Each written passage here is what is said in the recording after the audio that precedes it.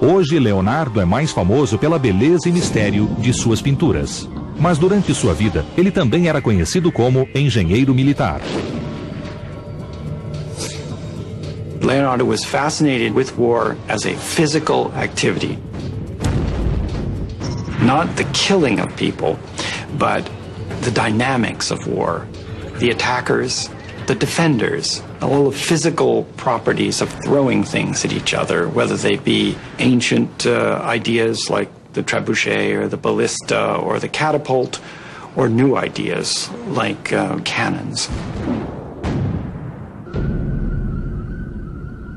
Como o artista mais famoso da Renascença ficou conhecido como criador de máquinas bélicas, revela muito sobre Leonardo, o inventor, e o mundo onde vivia.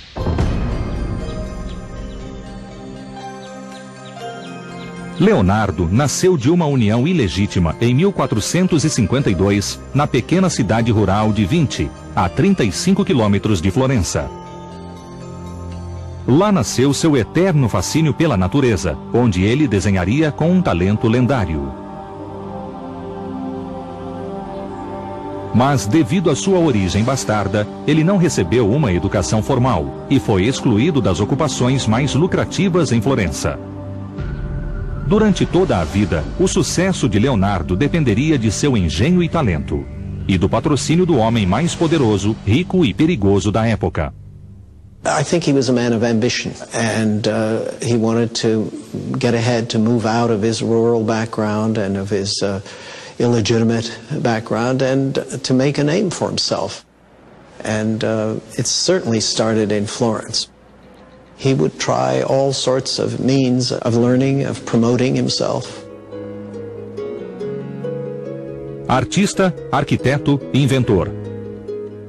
Leonardo seguiu muitas vocações ao longo da vida. Em 1482, aos 30 anos, ele correu o maior risco de sua carreira, trocando sua terra natal, Florença, por uma nova cidade e novas chances.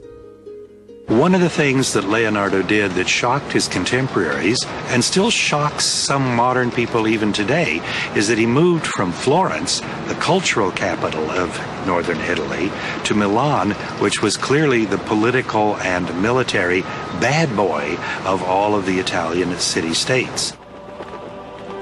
He wanted a broader scope for his work. Milão era uma cidade que vivia da guerra, um reflexo de seu líder Ludovico Sforza, conhecido como Il Moro, o Mouro. He sold his services to Duke Ludovico as a military engineer, despite the fact that he had no training in that particular area. But he was brilliant, he knew what the client would like, and he certainly had a number of ideas that any militarily ambitious ruler would like. Em qualquer época, a mobilidade é crucial para a vitória em uma batalha.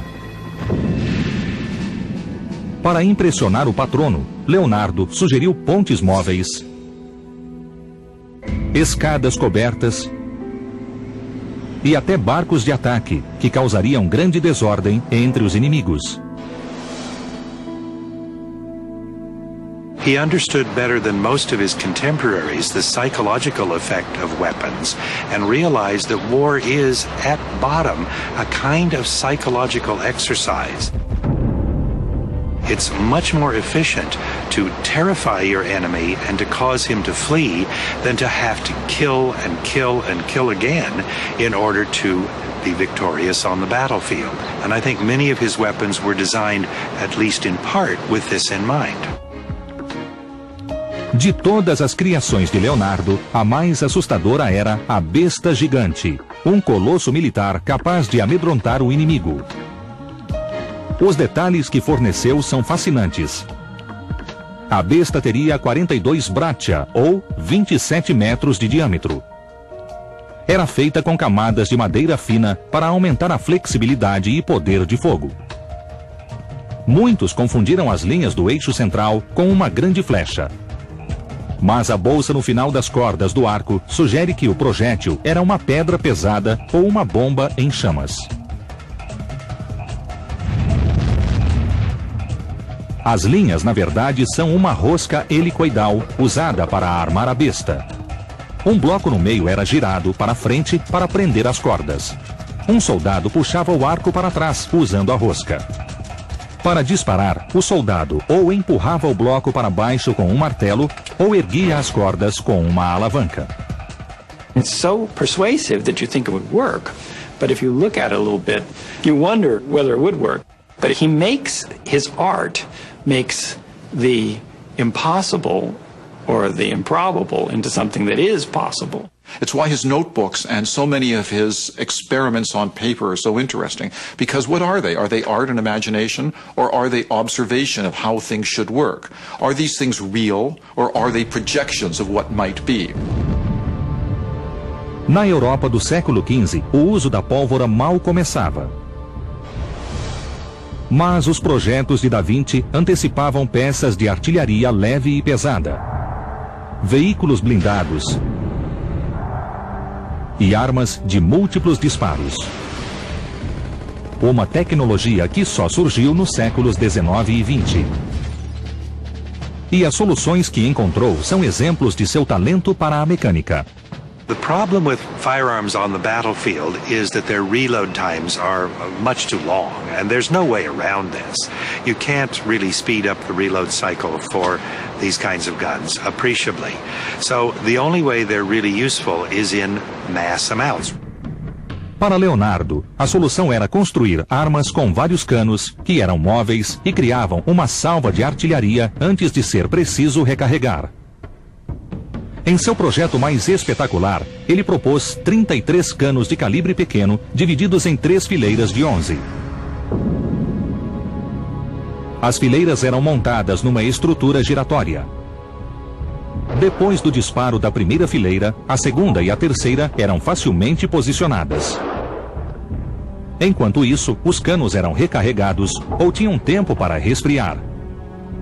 O invento foi um precursor da metralhadora moderna. Mas, de todas as armas que Leonardo criou, nenhuma teria modificado as batalhas mais do que o invento hoje chamado Tanque de Leonardo. In assaulting a fortified position that's heavily defended, the attacker is going to take a lot of casualties. This is very encouraging to the defender. A covered wagon, a sort of tank-like vehicle propelled from the inside and impervious to most of the weapons that most defenders would have, is going to get through and get up to the base of the wall, and that's going to be terrifying to the defenders. Como muitos inventos de Leonardo, o tanque foi inspirado por uma criação da natureza. No caso, o casco da tartaruga. O exterior era reforçado com placas de metal inimigo. Aberturas na lateral permitiam que os soldados no interior atirassem. Janelas semelhantes no alto davam ao comandante uma ampla visão do campo de batalha e permitia que orientasse o avanço do tanque. O tanque era impulsionado por 8 homens que usavam manivelas para girar as rodas. Curiosamente, uma manivela girava em sentido contrário ao da outra, tornando o avanço impossível. Foi um erro de iniciante que alguém como Leonardo não teria cometido. Segundo alguns, ele sabotou o próprio projeto porque no fundo era pacifista e percebeu o quanto o tanque era letal. Mas há outra explicação. As an artisan, he didn't want any of his ideas stolen by others. You know, there were no copyright laws in those days, and he didn't want these ideas published. He wanted them for himself and perhaps eventually for his patrons. Esse erro, talvez proposital, é apenas uma das técnicas que Leonardo pode ter usado para manter o controle sobre suas invenções. Há muitas teorias sobre sua origem, mas a famosa escrita invertida de Leonardo era mais uma artimanha que desafiava os curiosos a ler as palavras e frases ao contrário. The fact that they were mirror written in that almost illegible left-handed scrawl of his indicates that they were really designed for his use only. Essas estratégias devem ter dado certo, porque o talento de Leonardo como engenheiro militar sempre era requisitado. Durante 17 anos, Il Moro, o Duque de Milão, foi seu patrono mais constante. Mais tarde, Leonardo teria entre seus clientes generais de Veneza, o Papa em Roma e o cruel florentino Cesare Borgia. Cesare Borgia was in many ways a psychopath. He was ruthless, violent, vicious, faithless, and had very little to actually commend him as anything except a successful military commander. Para Borgia, Leonardo criou mapas detalhados do interior da Itália, cruciais para o homem que desejava dominar toda a região central do país. Leonardo ofereceu ideias sofisticadas para fortalezas contra a nova ameaça dos morteiros e canhões. Os muros seriam inclinados para desviar os projéteis da artilharia. Plataformas para canhões em pontos vitais permitiriam revidar o ataque.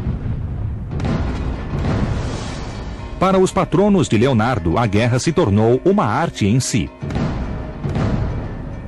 E ele usou suas máquinas bélicas para cair nas graças desses líderes. Mas sempre que podia, Leonardo se dedicava a outros interesses. Inclusive ao que hoje chamamos de os robôs de Leonardo.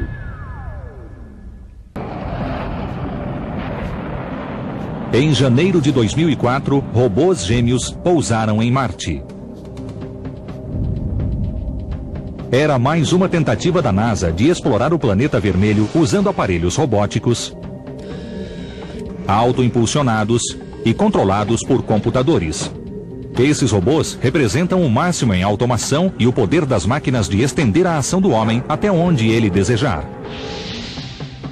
Mas poucos sabem que há 500 anos, Leonardo da Vinci já era um pioneiro dos aparelhos robóticos. Usados para entreter seus patronos, os robôs de Leonardo são a prova de seu raciocínio mecânico e a expressão de talentos que emergiram ainda em sua juventude em Florença. He entered the scene in a period and in a place which was blessed by God in a sense. Florence, end of the 15th century, fantastic site to develop skills and talents. Florença, no século XV, era o centro da Renascença. Um lugar onde arte, ciência e política se fundiam em grandiosas obras públicas que se destacam na cidade até hoje. It was a city that was a work of art in itself, where the idea was to turn the bricks and mortar into a reflection of a certain set of principles and ideals. Nenhuma obra materializa esses ideais de modo mais magnífico do que a Catedral de Brunelleschi, uma das grandes maravilhas da engenharia. A estrutura tem mais de 90 metros e continua a maior cúpula de alvenaria do mundo. Em 1471, quando Leonardo tinha 19 anos, a prefeitura de Florença encomendou a fase final do Duomo. Para colocar um globo de 2 toneladas no topo da estrutura, os líderes chamaram Andreas del Verrocchio, o mentor de Leonardo e uma de suas maiores influências. Para realizar a tarefa, Verrocchio usou uma série de máquinas complexas. Ao lado do mestre, Leonardo extasiou-se com os elevadores e guinchos que suspendiam o material. Na fase final, o peso do globo de bronze exigiu andaimes complicados e um guindaste que, ao mesmo tempo, contrabalançava e transferia o peso, mantendo um equilíbrio perfeito. Quando o projeto terminou 1 ano depois, Leonardo declarou que a mecânica era o paraíso de todas as ciências. Nos anos seguintes, ele usou os mesmos pesos e engrenagens para criar muitas invenções, como esse rústico ar-condicionado. E uma serra hidráulica.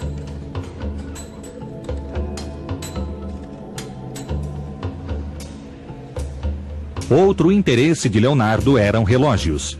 O modo com que uma ação levava a outra sugeria muitas aplicações e possibilidades, além de meramente saber as horas.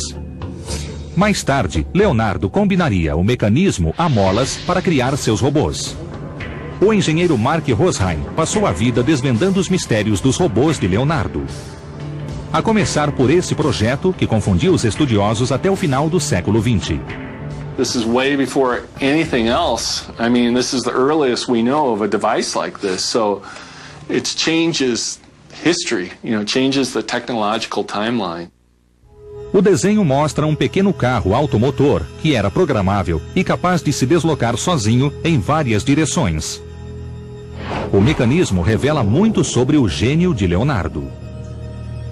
Well, starting in the 1920s, when this kind of got on the radar screen of historians, the thought was that these springs, these leaf springs, were what propelled the cart.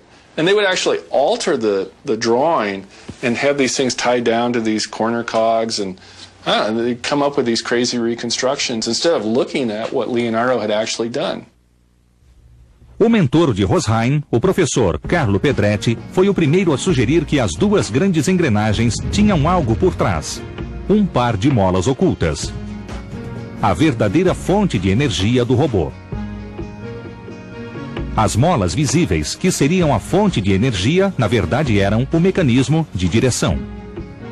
My first discovery was that these pedals here were cams. They were faintly drawn, and then I could see that these cams tripped this lever. And then I could deduce that this lever must be connected to the steering wheel. Quanto maior os cams, mais fechada a curva do volante e vice-versa. Os cams podiam ser instalados em qualquer ordem, permitindo que o engenheiro programasse o trajeto do robô. Até a velocidade podia ser regulada. After that, the question was, what did these things do, these cogs? And I could see this other spring here.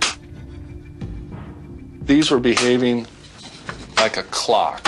This was the tick-tock of a clock. In other words, this was behaving like the pendulum of a clock, and it was regulating the release of the energy in the spring. In this case, the springs are underneath these big gears. A calculada liberação de energia para as molas dava ao robô uma trajetória suave e estável enquanto se deslocava sozinho. Este feito único no século XV deve ter fascinado os patronos de Leonardo, assim como os robôs modernos nos fascinam. The big thing is, it proves that the roots of technology go far deeper than we ever realized. That concepts of programmability, concepts of computerized robots go hundreds of years deeper than we ever thought. Mas o carro foi só a primeira invenção robótica de Leonardo. Na corte de Milão, Leonardo foi chamado pelo duque para dirigir os cerimoniais que tinham um papel central em seu governo. The prince had to be surrounded by magnificence. He had to represent the wealth and culture and military prowess and dignity and even almost the anthropological bloodline of his people. And pageantry did this in an extraordinarily successful way. It wasn't just entertainment. It was propaganda. Em 1495, Leonardo exibiu um cavaleiro robótico em um dos cortejos do duque. Ele sentava, levantava e erguia o visor do capacete graças a um sistema de polias e cabos. There's evidence that it was capable of independent motion. It could go like this. There's also evidence that it may have had the ability to have a cable stretched across its two arms, and that it could, for example, grab somebody. Em 2002, Rosheim fabricou o cavaleiro robô, provando que Leonardo era mesmo um mestre da robótica. The machines are they're Swiss watch-like. I mean, there's very few components doing many different roles, and they're just so simple and so elegant. Essa elegância nunca ficou tão evidente como nas tentativas de Leonardo de realizar um dos maiores sonhos da humanidade, voar. Hoje é tão comum que nos esquecemos que foi um desafio enorme no passado. O sonho de voar era uma obsessão para Leonardo da Vinci e o levou a criar uma incrível série de máquinas voadoras. Hoje ele é tido como o avô da aviação moderna. So it was the first time that any kind of engineering discipline had been put into the design of an aircraft. Up to that point, it had been either mythology like Icarus and Daedalus, or these poor guys who strap wings to themselves and jump off a tower or a wall. Leonardo da Vinci thought about the materials, he thought about the sizing, the proportions, He observed nature and took from nature what had to be taken in his mind to make it work. Como na antiguidade, o fascínio de Leonardo começara com a observação dos pássaros, que ele estudou durante toda a vida. Aos 35 anos, ele começou a fazer desenhos de pássaros buscando explicar a dinâmica das asas. We know from his drawings and from his writings that he always started with concrete observations, direct observations, very precise, but it was not for the observation itself, but in order to penetrate something deeper, to go behind flight to find out what the essence was. Com o tempo, Leonardo descobriu aspectos dinâmicos das asas dos pássaros que lembravam outros interesses seus, como a mecânica. Os pássaros agiam segundo leis matemáticas, escreveu ele, e os homens tinham capacidade de reproduzir essas leis com todos os seus movimentos. Para provar sua teoria, ele começou a fazer experimentos não no ar, mas na água. Leonardo was very fond of analogies. He saw a similarity between water and air. What he really wanted to know was how birds fly. However, doing experiments on birds is difficult. So Leonardo thought, let me do experiments on water. And one of the things he did was to put a stick in the water and examine how the water flows around it. If I hold it in this direction, it makes hardly any difference. However, if I hold it perpendicularly, you see the water climb up behind. And this was important for Leonardo because he knew if he tilted the stick at an angle, he could perhaps get some lift from it. So it doesn't take much for Leonardo, with his powerful imagination, to go from a straight stick to an Archimedean screw, to an Archimedean spiral, and hence to imagine a helicopter. A hélice aérea, conhecida como o helicóptero de Leonardo, é um de seus mais famosos projetos. E oferece os detalhes de sempre. A hélice tinha um diâmetro de 4 metros e era feita de junco, linho e arame. 4 homens ficavam na plataforma central e giravam as manivelas, fazendo o eixo rodar e criando impulso. Devido a seu peso, o invento não decolou, mas estimulou a imaginação de Leonardo. Logo fez experiências com uma asa que se parecia mais com a dos pássaros e depois com a dos morcegos. Essas pesquisas culminaram com o projeto do ornitóptero, uma máquina que batia asas como um pássaro. There are many things about bird flight and bat flight that seem on the face of it to be an inspiration for full-scale flight. They do it so effortlessly. O ornitóptero de Leonardo foi o primeiro do tipo na história.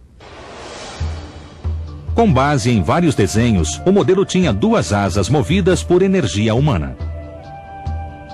A envergadura era de 10 metros, um pouco menos do que um Piper Cub moderno. O esqueleto das asas era de pinho e coberto com seda pura e tafetá, criando uma membrana leve, mas resistente. O piloto acionava os pedais com o movimento alternado das pernas. Uma manivela manual aumentava a energia produzida, e um arnês na cabeça operava o rotor e o elevador, permitindo que o piloto controlasse a direção. Leonardo percebeu que as plumas dos pássaros não eram necessárias para o voo, mas para gerar um impulso ascendente, as asas do ornitóptero teriam de se dobrar enquanto batiam. If you just have a flat wing, one that isn't capable of twisting, you'll go nowhere. You'll just stir up the air. For a wing design like Da Vinci's, you have to have twist, and I think he understood that, so that the wing would twist on the downstroke and twist the other way on the upstroke. Com o passar do tempo, Leonardo se animou tanto que começou a criar elementos para ajudar o piloto, incluindo mecanismos de aterrissagem capazes de absorver choque. E isso indica que estava disposto a levar o ornitóptero adiante. I think a lot of his devices and gadgets he didn't need to build. It was obvious to him from the drawing and from his wonderful imagination that they would work. However, he was very serious about building a flying machine, apparently built parts of it, but it must have struck him eventually that this thing just wouldn't work.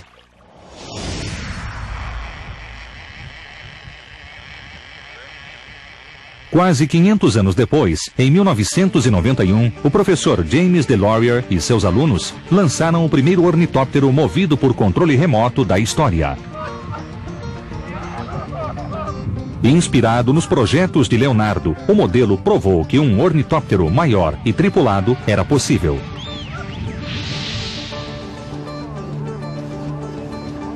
Hoje, DeLaurier está ainda mais perto de concretizar o sonho de Leonardo.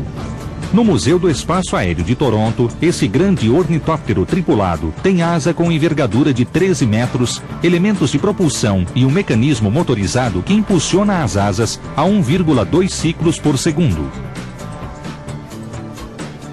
O ornitóptero alcança mais de 80 km por hora. Esse modelo difere do original de Leonardo, mas a inspiração ainda é a mesma. What engineering is, it's a form of art. You're using the principles of science, the mathematics, but what you're getting is something brand new. So that to me is the pleasure of engineering. And Leonardo da Vinci to me is the highest manifestation, highest example of that combination of creativity and engineering and art. Depois de anos tentando criar o ornitóptero, Leonardo abandonou o sonho de voar. Mas o retomou mais tarde com uma nova perspectiva. You look at the birds, you say, birds are not so big, they stay without any movement in the air, they float. Leonardo percebeu que a máquina que precisava criar não devia vencer as forças da natureza, mas sim utilizá-las com o fim de planar e flutuar. Exploiting the force not simply of man, but of the air itself, of air currents, of winds, and to obtain the force of man simply to correct that, like birds do.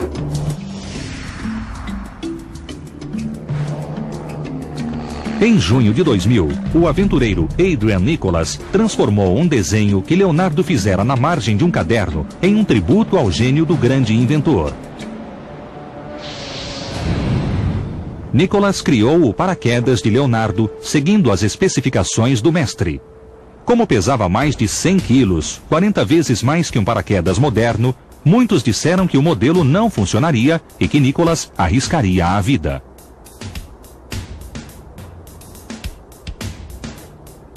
Mas o paraquedas de Leonardo funcionou. E Nicholas flutuou durante mais de 5 minutos. Uma iniciativa nobre, que provou que Leonardo da Vinci nunca deve ser subestimado. A temporada de Leonardo em Milão logo terminaria, mas antes ele enfrentou o maior desafio de sua carreira. Desde que as primeiras cidades surgiram, líderes as encheram de monumentos e estátuas. Símbolos públicos que unem não só indivíduos, mas nações e até mesmo gerações. Em 1966, um pesquisador americano fez uma descoberta surpreendente em Madrid: 2 cadernos de Leonardo desaparecidos há gerações. Neles havia planos para um colosso renascentista. Uma estátua que mediria 7 metros, 4 vezes a altura de um homem. E exigiria mais de 80 toneladas de bronze fundido. Era o chamado Cavalo de Leonardo, o maior desafio artístico e técnico de sua carreira. This is complexity 360 degrees. You have anatomy, you have proportion, you have technical problem, you have infrastructural problem, you have economical problem because the amount of bronze was so much. Leonardo iniciou o projeto em 1480 e trabalhou nele durante mais de uma década. 3 vezes mais do que demorou para pintar a Última Ceia. Mas apesar da dedicação, ele não viveu o bastante para terminar o cavalo. Tornou-se mais um sonho frustrado, até também ser retomado quase 500 anos depois pelo americano Charles C. Dent. My uncle read this story about how Leonardo on his deathbed reportedly wept about not being able to finish the horse. Decided, let's give Leonardo his horse. And do this as a tribute of thanks to the Italian people, sort of like a Statue of Liberty going in a reverse direction. Dent, piloto aposentado e colecionador de arte, decidiu criar o cavalo de Leonardo, seguindo ao máximo o projeto do mestre. Com o tempo, outros juntaram-se a ele, como a escultora Nina Akamo. Uma estátua dessa dimensão é criada primeiro em argila, para aperfeiçoar o projeto. Os cadernos de Leonardo estão cheios de desenhos sobre o movimento de cavalos. Ele queria o seu empinado, o que era uma ideia revolucionária. Mas as dificuldades técnicas eram grandes demais. The stresses on the legs would have been just too much. It would not have been able to be supported on its own, or also you could, tip and fall over. A plethora of difficulties with 80 tons on just 2 supporting points. Depois, Leonardo se contentou com uma pose mais tradicional. A equipe de Dent precisava de um modelo de argila em tamanho natural para iniciar o processo de moldagem. Fizeram questão de que a versão moderna imitasse o modelo de argila original criado por Leonardo e exibido ao Duque de Milão em 1493. Depois, Leonardo teria de enfrentar o desafio de controlar as 80 toneladas de bronze fundido para moldar o cavalo. One of the things that he was very concerned with this huge pour of bronze was to be able to control the thickness of the bronze. The thickness that they wanted to have was basically 2 fingers thick. Sem a espessura correta, a estátua teria problemas de estabilidade. Leonardo criou uma engenhosa técnica de moldagem, baseando-se em seus projetos para armas. He adopted a number of techniques for making cannon, utilizing a technology for a variety of molds that were really only used in military to bring it into art. And this was really quite fundamentally different from things that had been done, up to that point in time. O processo começa com a criação de um molde básico, cobrindo o molde de argila com um material duro e de secagem rápida. A equipe usou borracha, mas Leonardo teria usado um gesso especial. Quando a cobertura secava, o modelo era removido, criando um molde básico de gesso. O interior do molde era coberto com uma camada de cera, produzindo a espessura desejada. Depois, uma terceira camada de barro refratário era aplicada. O molde estava pronto para ser aquecido a mais de 1.200 graus Celsius, fazendo a cera derreter e escorrer para a base do molde. O bronze fundido era então derramado dentro do espaço vazio, onde endurecia e formava a parte externa da estátua.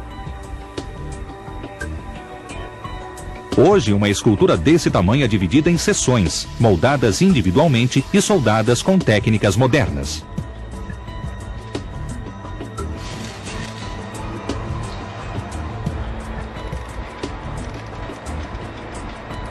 Mas, para Leonardo, o desafio era criar a estátua de uma vez, com uma única porção de bronze fundido. Devido ao tamanho do cavalo, nenhuma fornalha podia produzir calor suficiente e garantir que o bronze líquido entrasse em todas as fendas. Por isso, Leonardo criou uma complexa série de fornos que ardiam durante uma semana para atingir a temperatura necessária. Leonardo acabou resolvendo todos os problemas técnicos para concluir o cavalo e preparava-se para moldá-lo quando aconteceu uma reviravolta histórica. Em 1494, o rei francês Carlos VIII invadiu a Itália. Para evitar a queda da cidade, o Duque Sforza subornou os franceses com as 80 toneladas de bronze de Leonardo, que os franceses transformaram em canhões. Em 1499, os franceses voltaram. Dessa vez, o Duque fugiu e os invasores destruíram o modelo em argila de 7 metros feito por Leonardo. The clay model is reported by a chronicler to be destroyed by the bows of the French soldiers arriving in Milan, taking it as a funny target against the Sforza regime after its collapse. Em seus cadernos, Leonardo registrou apenas uma frase dolorosa: "Não falarei mais do cavalo". Quase 500 anos depois, em 1992, Charles Dent recebeu atenção internacional por seu trabalho. Parecia que o cavalo seria concluído. Mas em 1994, Dent soube que estava com mal de Lou Gehrig e o fim chegou logo. Like Leonardo, Charlie never saw the horse completed in his lifetime, and a group of us promised him before he died that we would finish the horse for him. Eseguito gli inni nazionali dei due paesi. 5 anos depois, em 10 de setembro de 1999, o cavalo de Leonardo finalmente foi inaugurado em Milão. Uma homenagem não só a Leonardo e a Charles Dent, mas a um legado criativo que uniu duas nações.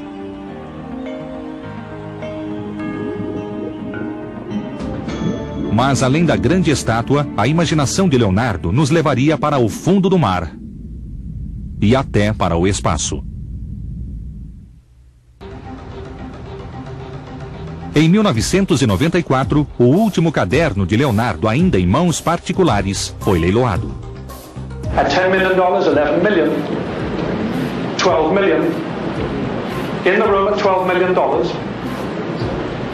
13 million on the telephone, 14 million.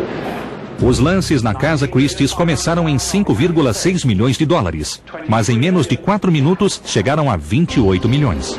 On the telephone in this room at $28 million. Last call, 28 million. Thank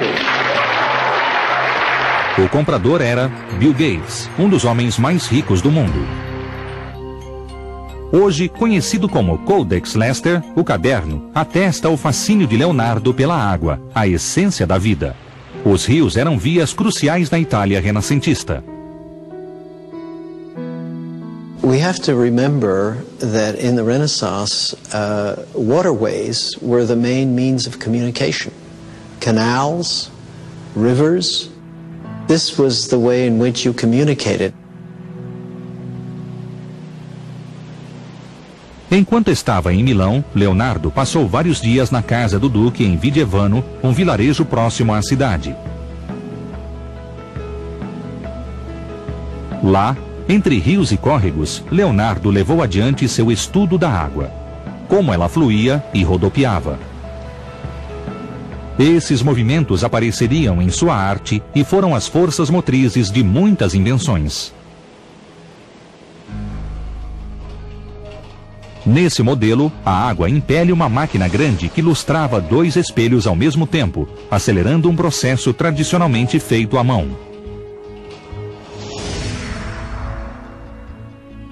Em 1499, com seu cavalo destruído e o Duque de Milão exilado, Leonardo deixou a cidade em busca de um novo patrono. Em 1500, ele chegou a Veneza e logo assumiu um papel conhecido, o de engenheiro militar. Para a cidade dos canais, Leonardo criou uma arma secreta. Uma roupa de mergulho para fazer ataques surpresa a navios inimigos. Não era o primeiro projeto do tipo, mas incluía os típicos detalhes do mestre. O ar entrava por tubos ligados a um sino de mergulho feito de cortiça. Um saco de couro com uma válvula podia ser inflado ou esvaziado para emergir ou submergir. Mas entre todos os projetos aquáticos de Leonardo, o maior era o plano de redirecionar o rio Arno, que corria por Florença até a fronteira com Pisa e depois para o Mediterrâneo. Leonardo voltou para Florença em 1501, onde fez amizade com Nicolau Maquiavel, um dos grandes filósofos políticos da história, um homem que sonhava alto. Leonardo and Machiavelli had this great plan to build a waterway that would reach the Tyrrhenian Sea and that would bypass the city of Pisa, which was one of their great competitors. Sem o rio Arno, Pisa perderia sua importância como porto comercial e estratégico. E a cidade ficava vulnerável a ataques dos florentinos. O plano original era desviar o rio para o sul, usando represas, barragens e um profundo fosso de 1,5 km. Pelos cálculos de Leonardo, a construção do fosso exigiria a remoção de 1 milhão de toneladas de terra e levaria mais de 54 mil dias de trabalho. Máquinas pesadas criadas por ele ajudariam os trabalhadores. As obras chegaram a começar, mas chuvas fortes logo as interromperam. Um ano depois, Leonardo tentou reavivar o projeto com planos mais complexos do que o primeiro, incluindo um canal maior com moinhos. Deveria ser um novo centro industrial sob o comando de Florença. And he was making calculation in this would cost lots of money, he was saying to his patrons. But look, if you put there mills, if you make transportation by surface, and in 5 years you will recover. Mas o projeto de Leonardo foi abandonado mais uma vez. Daí em diante, ele voltou sua atenção para a arte e pela busca da essência do ser humano, literalmente. Nessa sala recentemente descoberta, num mosteiro florentino, Leonardo largou o pincel e pegou o bisturi para realizar mais de 30 autópsias. Não havia refrigeração. Os instrumentos eram rústicos, tornando o processo repulsivo.